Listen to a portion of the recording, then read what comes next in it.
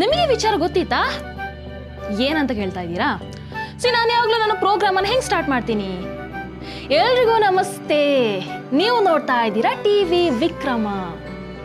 ಇಲ್ಲಾಂದ್ರೆ ನಾವು ಯಾರಾದ್ರೂ ಸಿಕ್ಕಿದಾಗ್ಲೂ ಕೂಡ ನಮಸ್ತೆ ಅಕ್ಕ, ನಮಸ್ತೆ ಅಣ್ಣ ಅಂತ ಹೇಳ್ತೀವಿ.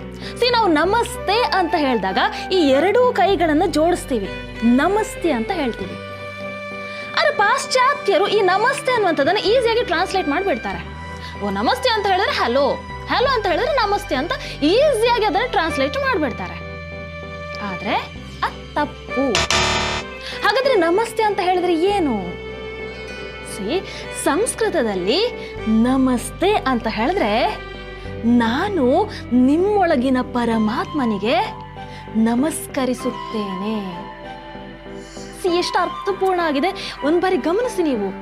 ನಿಮ್ಮೊಳಗಿನ ಪರಮಾತ್ಮನಿಗೆ ನಾನು ನಮಸ್ಕರಿಸುತ್ತೇನೆ.